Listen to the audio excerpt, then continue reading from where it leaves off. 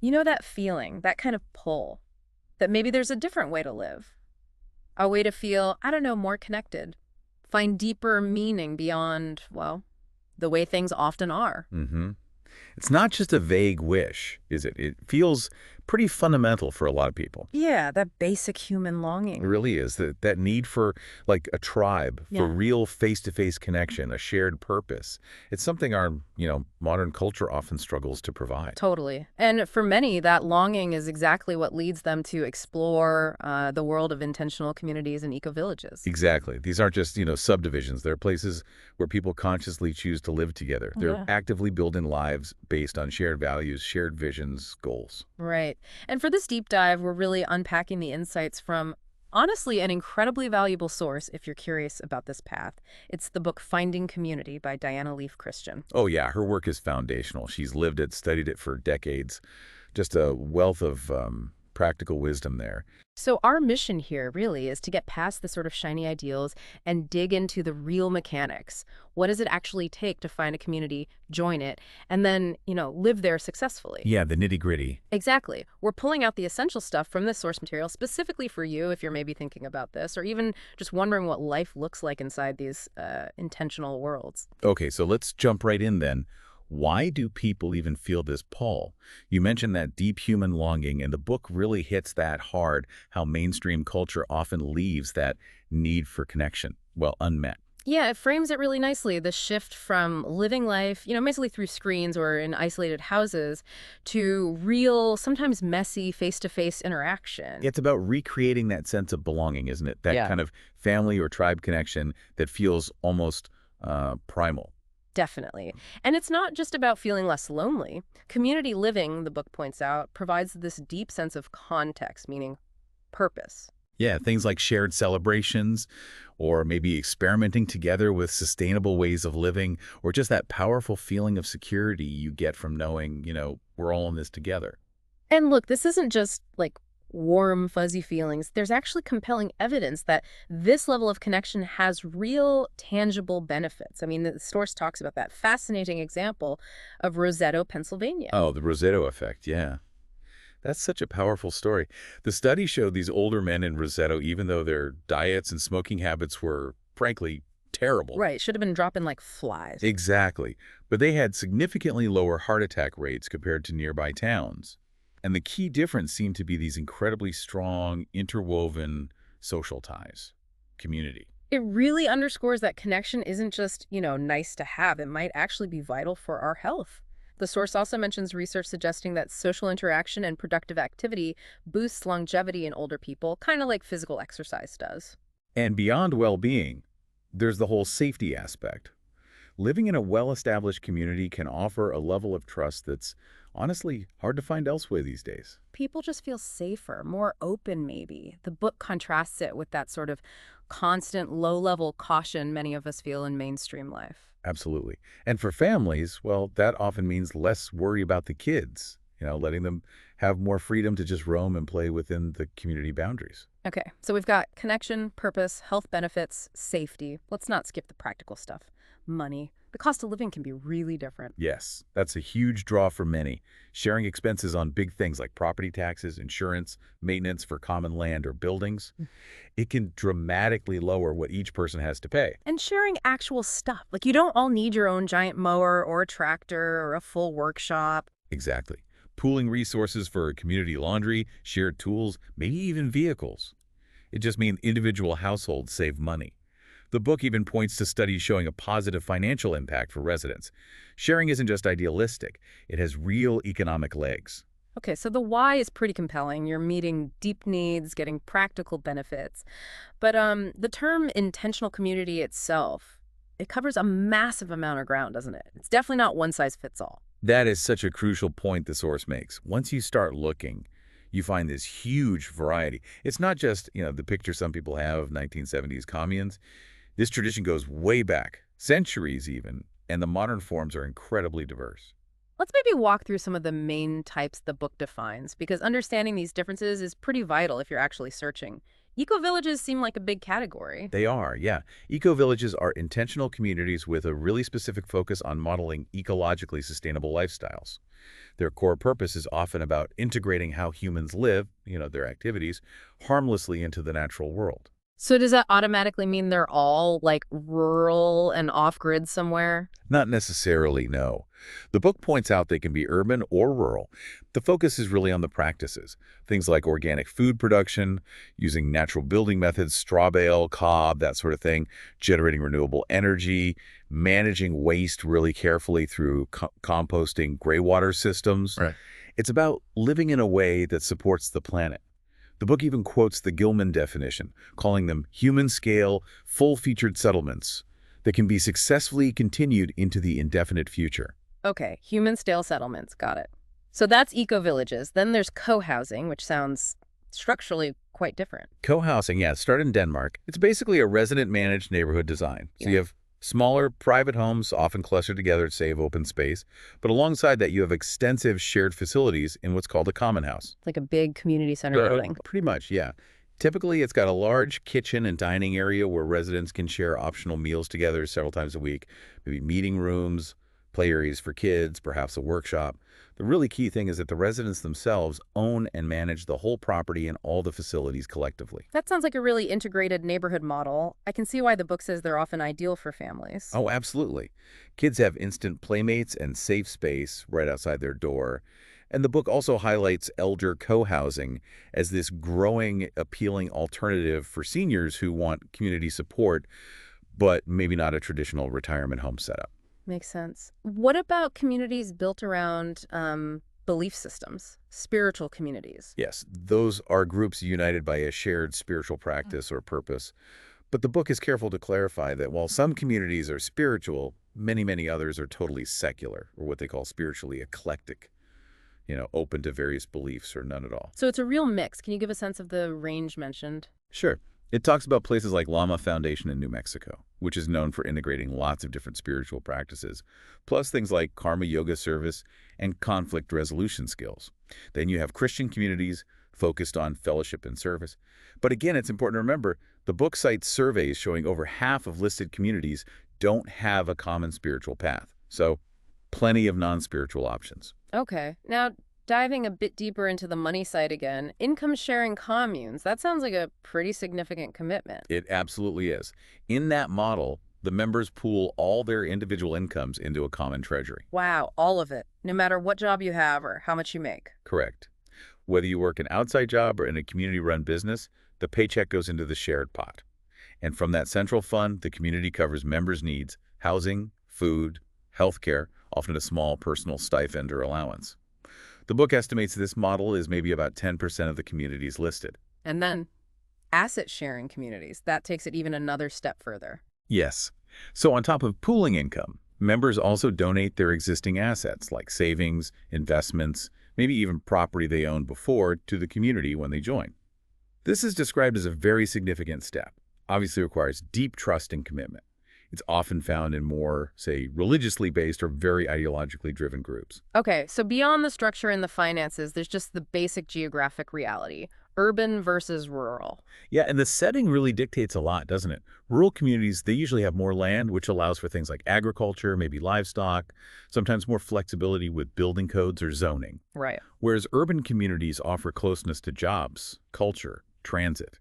The book mentions examples like Ecovillage at Ithaca, which is kind of semi-rural, versus Los Angeles Ecovillage, which is actually organizing existing apartment buildings and houses around a city block. Exactly. And that LA Eco-Village example points to another interesting idea the book touches on, this possibility of creating intentional community within existing neighborhoods. Ah, right. It doesn't always mean buying a huge piece of land somewhere remote. Not at all. The N Street Co-Housing Group in Davis, California is another example mentioned. They basically intentionally bought up houses next to each other on a block to create community and share resources right there within the city. Okay, so we've kind of explored the why people seek this and the different types. Now for the reality check, because the book is incredibly clear. This is not an easy path. Not for the faint of heart. That phrase really sticks with you from the source. It takes serious time, often money, and just a deep willingness to learn and adapt to a totally different way of living and relating to people. Yeah. It means contributing labor, showing up for potentially long meetings, agreeing to live by group decisions. Even just the process of researching communities and trying to join one is a major project in itself. And there's that really powerful line the book uses, something like, "It's the longest, most expensive personal growth workshop you will ever take." Huh. That image is just spot on, isn't it? The book calls community living a brutally accurate mirror because you're in such close, constant contact with everyone. No hiding. No hiding. Your patterns, your triggers, your, less than functional habits, they all get reflected back at you, often through disagreements or direct feedback. Oof. That sounds incredibly uncomfortable, maybe even painful. It definitely can be, Mhm. but the book frames it as pretty much essential for personal growth. It forces you to look at parts of yourself you might happily ignore otherwise. So, who tends to thrive in this kind of environment and who really struggles? Well, the source suggests certain qualities really help. Things like self-confidence, a good degree of emotional maturity, being willing to actually look at yourself, openness, flexibility, Mm. being able to genuinely hear other viewpoints even when you disagree. Also, a sense of connection to others, and maybe surprisingly, having well-defined personal boundaries. Boundaries are key. Yeah. Interesting. And who doesn't do so well? People with really low self-worth can struggle. Also, folks who are very rigid in their thinking or have those aggressive loner tendencies, wanting community connection, but finding interdependence really hard. Difficulty taking responsibility is another flag, either taking way too much or not enough. Hmm. And just having limited patience or tolerance for other people's inevitable quirks and imperfections. Because in community, you can't just, like, unfriend someone or avoid them when things get tense. Exactly. Which brings us inevitably to conflict. The book does not shy away from this at all. Conflict will happen. It might simmer quietly, it might erupt, or it can just fester if it's not addressed. But the potential upside is that it can be resolved. Yes, absolutely. And the book really emphasizes that working through conflict is actually where both the individuals and the whole community gain maturity and resilience. But it takes skills, communication skills, vulnerability, and a real commitment to navigating difficult stuff with people you live with and depend on. Wow, that sets a pretty high bar for self-awareness and people skills. Okay, so let's say you've heard all that, and the pull is still strong. The next step is actually finding potential places. And the book's advice here is super clear. You cannot know too much before you start visiting. Research, research, research. It's non-negotiable. Okay, where's the best place to start that research? The #1 resource is the FIC's online directory. That's directory.ic.org. And they also have a print version, the Communities Directory book. These list hundreds, maybe thousands, of communities. Plus, individual community websites themselves are vital. Those directories sound potentially overwhelming. How do you even start sifting through all that? The book gives good pointers. You can browse the listings, sure. Look at the cross-reference charts they often have. Or use the keyword indexes if you're looking for something specific like homeschooling or homesteading or visitor programs. The advanced search filters online are incredibly helpful too. You can filter by things like how the land is owned, age restrictions, dietary practices, policies on alcohol or tobacco, how much food they grow on-site, specific spiritual paths. That level of filtering seems absolutely essential to avoid wasting a ton of time looking at places that just aren't a fit. Totally. But even before you dive into those databases, the book strongly advises defining your own criteria first. Like, really sit down and think, what are my core values? Why am I really seeking community? What lifestyle elements are important to me? Then you compare your answers to what the community explicitly states about its values, mission, and purpose. Right, it's about finding that alignment. It's a two-way street, isn't it? You're checking them out just as much as they'll eventually be checking you out. Exactly. And think about practical things too, like community size. The book points out how different it feels if a community has, say, 15 people versus 150. It completely changes the social dynamics, the intensity versus the variety of connections, how long it takes to make decisions, how much impact each individual has on the group's energy. And the property ownership structure, you mentioned that earlier. How does that play into the search? It's pretty significant because it connects to stability in how they screen members. For instance, if the land is owned by the group as a nonprofit like a 501c3, the financial barrier to entry might be lower, which is good, but members typically don't build personal equity in the land itself. And the book suggests this can sometimes lead to higher member turnover. Okay, versus something like cohousing, where you have deeded units. Right. In that case, members own their private space. The community as a whole might have less legal power to screen new buyers or even remove difficult members compared to a group-owned model where membership isn't tied directly to owning a piece of real estate. Units might just be sold on the open market. So understanding how the land is held tells you something really important about the community's structure, its stability, and its dynamics. Gotcha. Okay, so you've done your homework, you've narrowed down the list, you know what you're looking for. Now comes that really critical stage, visiting. And the book wisely suggests framing this like a long engagement. This isn't just a quick weekend trip usually. It's meant to be a slow, thorough process of really getting a feel for the place and the people. And the number one absolutely inviolable rule is? Always, always, always arrange your visit ahead of time. Never, ever just show up on their doorstep. Seriously. These are people's homes, their private lives. They're not tourist attractions or public parks. You have to respect their privacy and their schedule. Makes sense. So how do you actually go about arranging a visit? Typically, you'd contact them several months in advance, usually by email these days. Be prepared to follow whatever their specific visitor policies are. Some might have you fill out detailed questionnaires, write a letter of introduction. And yes, the book mentions some communities do charge fees for tours or short stays. That helps them cover costs and manage the flow of visitors. Okay. So once you're actually there, how do you get beyond just the surface level guided tour and get a real feel for the place? Observe everything. The vibe, the aesthetics, how people talk to each other, how information gets shared, how they make decisions, are they using check-ins before meetings? Consensus. Simple voting. Maybe a more hierarchical system. The book gives examples like the check-ins at Sandhill Farm or the planner-manager system at Twin Oaks. You want to see the process in action. And asking questions obviously must be key. Absolutely crucial. Go beyond just the basic logistics. Ask those open-ended questions that invite people to reflect. How did you end up here? Or what are folks here most proud of? Or how has living here changed you personally?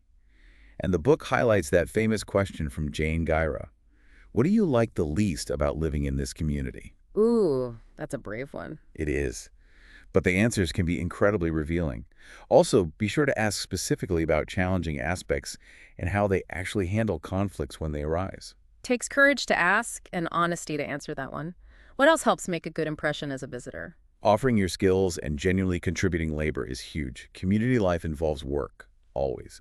Showing you're willing and able to pitch in is really vital. Think about what skills you have. Maybe it's building trades, maybe it's graphic design, fixing things, cooking, even unique talents. Unique talents, like the hypnotist and clairvoyant mentioned at Twin Oaks in the book. Yeah. Those anecdotes are great, right? They illustrate that communities often appreciate all sorts of contributions. Even offering to build something small, like an herb spiral or a little cob bench, shows initiative and skill. Beyond contributing work, what about just basic guest etiquette, being a good guest? Yeah, the book gives some practical advice there too, like always ask before taking photos or videos again. It's people's homes. In ecovillages especially, be mindful of the soaps or shampoos you use, particularly if they have sensitive gray water systems. And most importantly, just respect the community's established rules and daily rhythms. Don't be disruptive. Some communities offer more like immersive visitor experiences, don't they? Yes, structured visitor programs or experience weeks are pretty common. They're designed for a deeper dive, total immersion. Places like Twin Oaks, for example, have a mandatory 3-week visitor program that's actually part of their membership application process. It's a great way to get a much better sense of daily life, the work, the decision-making, everything. Okay, even with all this prep, it sounds like visits might still sometimes be, well, maybe a bit disappointing. The book is definitely realistic about this. You might show up when members are just super busy or stressed. You might feel a bit on the outside, left out. Or the whole community might just be going through a tough time, what the book calls being in a community funk. Right. Experts quoted, like G.F. Kazany, advise visitors not to take it too personally if members seem a bit distant or preoccupied. They might just be overloaded. And you have to remember, right, that what you see in one short visit is just a tiny slice of time. Exactly. A brief visit is just a snapshot, as the book says, not the whole movie. Communities change and evolve constantly. That place that seemed maybe a bit rough or disorganized on your visit might be thriving a few years later. People you barely met might become core members. You can't judge the whole thing based on one weekend. Any memorable cautionary tales from the book about really bad visitors, just so we know what not to do? Oh, there are a few classics that definitely underscore why communities have visitor rules. There's the story of the visitor who showed up drunk. The single mom who apparently kept cursing and refused to follow basic agreements, and the absolute classic horror story of someone arriving for their first visit with a fully loaded U-Haul truck. No, seriously. Seriously. It sounds funny now, but imagine being the community receiving that. It really highlights why clear communication and expectations up front are so important for everyone involved. Wow. Okay, lesson learned. Don't bring the U-Haul on visit number 1. So you've done the research, navigated the visits, hopefully been a great guest. Now comes the formal process of actually trying to become part of the group. Yeah, and the book describes this phase kind of like a courtship or a probationary period, or just Hmm. like being the new kid trying to fit in, but on a much more intense level. It's very much a mutual process. The Mm. community is screening you carefully, and you're still evaluating them just as carefully. What are the typical steps involved? It usually starts with filling out formal application forms. Then there are interviews, which the book notes can get quite personal, asking about your finances, your health, personal habits, maybe even past relationships. After that, there's usually a provisional or exploring membership period. This can last anywhere from a few months to, in some cases, over a year. And it often requires you to actually live on site or spend frequent long stretches of time there. What are communities really looking for during that whole provisional time? What are they assessing? Compatibility is huge. Do you seem compatible with their core vision and values? Are you willing to follow their agreements? They're looking at your emotional maturity, your self-esteem, how well you seem to function interacting closely with others. Financial compatibility with their particular model is often checked, and they'll almost certainly ask for and check references. And from the applicant side, what should you be looking for in them during this process? Signs of a healthy community. Good question. The book points to things like, how are applicants treated in meetings, especially when there's disagreement? Do the members actually practice good communication and process skills? Do they seem willing to genuinely work through conflict, or do they tend to sweep difficult issues under the rug? Those are really telling signs, and it's important to realize this period can be a big adjustment for the applicant. Common challenges include getting critical feedback, which can be tough, learning new communication norms or meeting processes, and maybe feeling frustrated by needing group approval before taking initiative, especially if you're used to being very independent or entrepreneurial. Right. And there's that tricky social dynamic that the book uses the phrase, come here, go away energy. What's that about? That phrase really captures a common experience.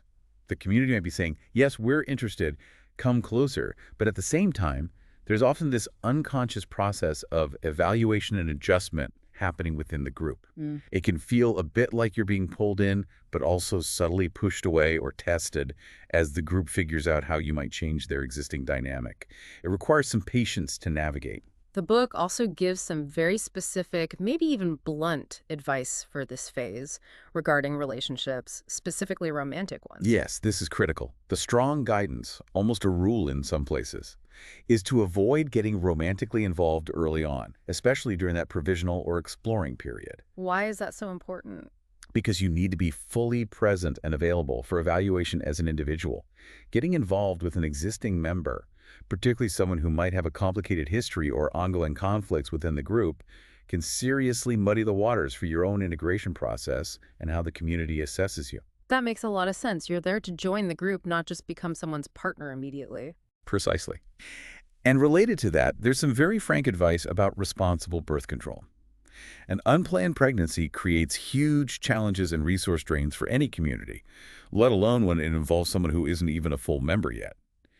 The expectation is usually that new or provisional members will be conscious and responsible about family planning to avoid placing an undue burden on the group while they're still finding their footing. Okay, so let's fast forward. You've navigated the whole process, you've been accepted, you're now living the life. What does that actually feel like day to day, beyond the initial ideals? Well, the book describes a kind of cycle that many people go through. There's often an initial honeymoon period. Everything is new and exciting. The idealism is high. It feels wonderful. The shiny phase. Exactly. Yeah. But that is almost inevitably followed by a period of disillusionment. This is when the imperfections become really obvious, maybe even grating. You realize the community doesn't always live up to its mission statement. The meetings can be tedious, maybe cherished projects stall, and you start noticing that your fellow community members are, well, just as flawed and sometimes annoying as people anywhere else. Huh.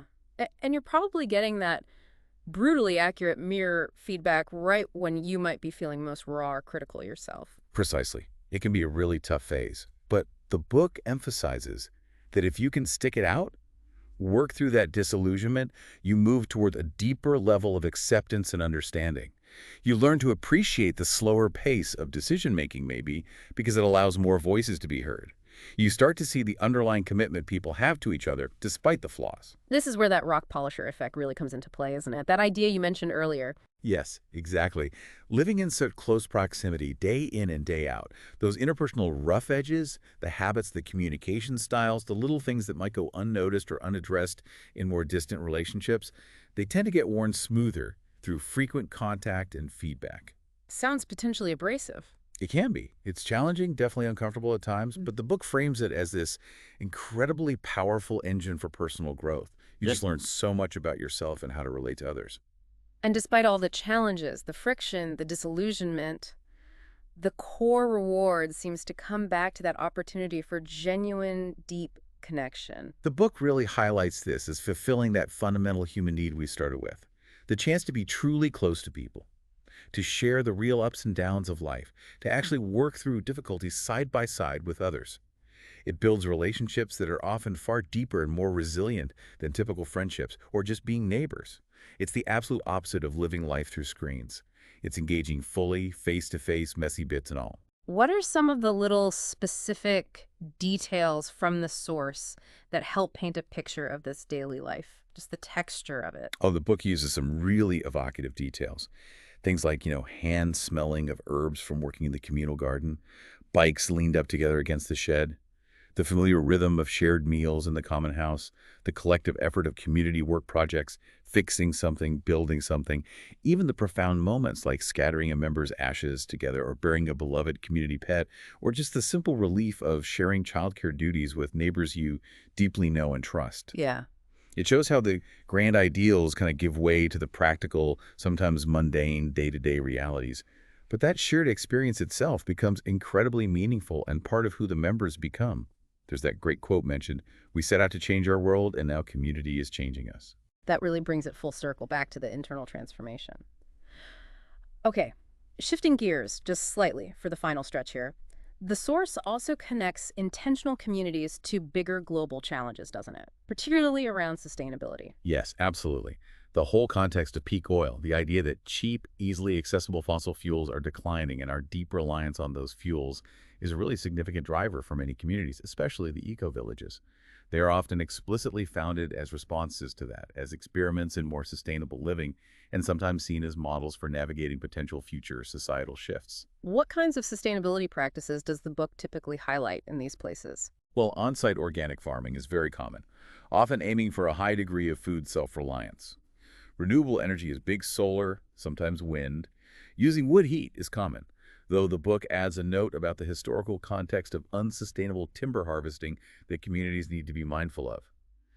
Natural building materials, intensive composting and recycling, carpooling or shared vehicles, sophisticated water systems like gray water recycling and constructed wetlands. Lots of practical stuff. But the book is also quite realistic here. It acknowledges the limitations. Even communities that are very self-reliant in terms of food and energy are still deeply embedded in a larger economy that runs on fossil fuels. Even if you grow most of your own food and generate your own power, how so? Well, think about transportation for things you don't produce. Maybe tools, materials, specialized goods. Think about the embodied energy in building materials or complex infrastructure. Access to modern medicine, communications technology, the legal system, even law enforcement, all these currently rely heavily on the fossil fuel economy. The source points out the huge amount of fossil fuel energy that goes into our mainstream food system alone, something intentional communities actively try to reduce their dependence on, but can't entirely escape if they're still interacting with the wider world at all. Yeah. It's a stark reminder that true, complete independence is incredibly difficult, maybe impossible in the modern world. It really is. And financially, related to that, the book touches on advice from some peak oil experts about the wisdom of getting out of debt. The idea is that community debt could become a real vulnerability if a larger economy weakens significantly and members lose outside income streams. Though it does mention there's a minority view that suggests maybe leveraging fixed interest debt could be a strategic financial approach in certain potential futures. So, part of the preparation for a future potentially shaped by less cheap energy involves not just building, say, solar panels or gardens, but critically building resilient communities and those strong relationship skills we talked about. Exactly. That seems to be a core message. The book suggests that individuals and groups who have the foresight to build these community skills, communication, conflict resolution, cooperation, and practical sustainability skills now will simply be better positioned to navigate whatever societal shifts might come down the line. Wow. We have covered a huge amount of ground today, from that deep human need that draws people towards this path in the first place, through the really diverse landscape of different types of intentional communities, the sometimes tough realities of living in such close quarters, the whole intricate journey of finding a place, visiting, joining, the day-to-day experience with its ups and downs, and finally connecting it to these broader questions of sustainability and future preparedness. Yeah, it's clear from the source material, isn't it? This path is complex, it's demanding, it's definitely not for everyone. But it also seems to offer these really profound rewards in terms of authentic human connection and deep personal transformation. It sounds like it requires a lot of vulnerability, a ton of patience, and a real willingness to let the community change you just as much as you might hope to change your own life or the world around you by joining. Which brings us, I suppose, to a final thought for you, the listener, to maybe consider. In a world that often feels increasingly fragmented and disconnected, building intentional connection clearly requires significant effort, time, and vulnerability. Could embracing that challenge, making that deep investment in community, actually be one of the most valuable things you can do for your own well-being, your resilience, and your sense of purpose, both as an individual and maybe as part of a larger human community trying to find its way? Something to definitely mull over until our next deep dive.